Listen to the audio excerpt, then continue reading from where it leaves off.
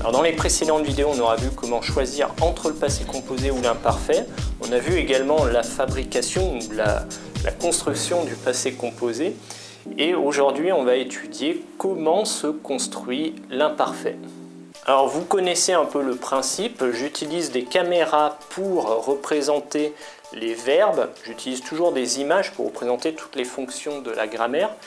Et en l'occurrence, pour l'imparfait, il s'agit d'une caméra qui est mise sur un support de photo. Alors c'est ce qui est représenté par les petits carrés sur les côtés. Donc, ce sont des photos à l'ancienne.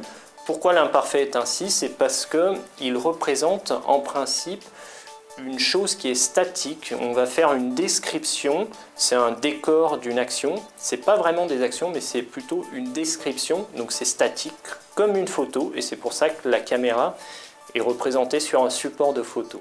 Pour rappel, l'imparfait se situe dans les temps de l'indicatif, où on retrouvera le futur, le présent, et le passé composé et l'imparfait sont situés sur le même plan. Pour former l'imparfait, il faut connaître la forme de nous au présent.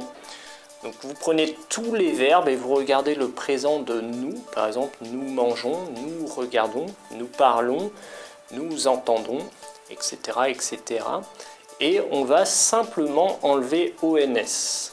Alors c'est valable pour tous les verbes, à l'exception du verbe être, où l'on utilisera la conjugaison de vous, ce qui donnera vous êtes. Alors prenant ces conjugaisons, donc pour tous les verbes à l'exception de être, on va enlever ONS, ce qui va nous donner une racine telle que vous le voyez comme ça. Pour le verbe être, on va garder les deux premières lettres ET.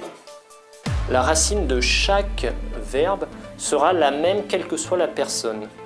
Et on va ajouter les terminaisons de l'imparfait qui sont AIS, AIS, AIT, IONS, IEZ et AIENT.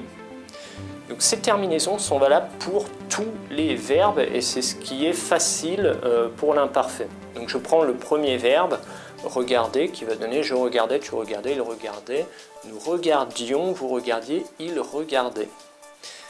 Alors bien évidemment, il y a quelques petites complications, par exemple avec le verbe manger, je mangeais, tu mangeais, il mangeait, là aucun problème.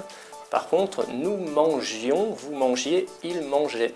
Donc mangions, mangiez, vous voyez que le E disparaît parce qu'on a la lettre I qui permet de faire le son J-on. C'est totalement logique parce que si j'avais un E, il serait complètement inutile. Donc on le supprime et ça donne un mot qui est exact. Alors vous pouvez faire ça avec tous les verbes, on peut prendre par exemple les verbes irréguliers, faire, le présent c'est nous faisons, la racine va donner fais, et ça va nous donner je faisais, tu faisais, il faisait, nous faisions, vous faisiez, il faisait. Donc faites bien attention à la prononciation de faire qui donne, on l'écrit AI mais ça se prononce E. Puis je peux faire aussi le verbe être, j'étais, tu étais, il était, nous étions, vous étiez, ils étaient. Donc voilà, c'est très simple pour l'imparfait, il suffit d'avoir la racine de nous. Donc on enlève ONS à quel que soit le verbe sauf être. Et on ajoute les terminaisons de l'imparfait. Et ça marche dans tous les cas, sauf le cas particulier avec GE où on va supprimer le E pour nous et vous. Donc on retient pour l'imparfait ces fameuses terminaisons AIS, AIS, AIT, IONS, IEZ, AIENT. Et également, on retient que l'imparfait est imprécis, donc c'est comme une carte postale, c'est une description. J'espère que ça vous fera avancer sur le chemin de la grammaire. En tout cas, je vous dis à très bientôt dans une prochaine vidéo et je vous remercie de me suivre.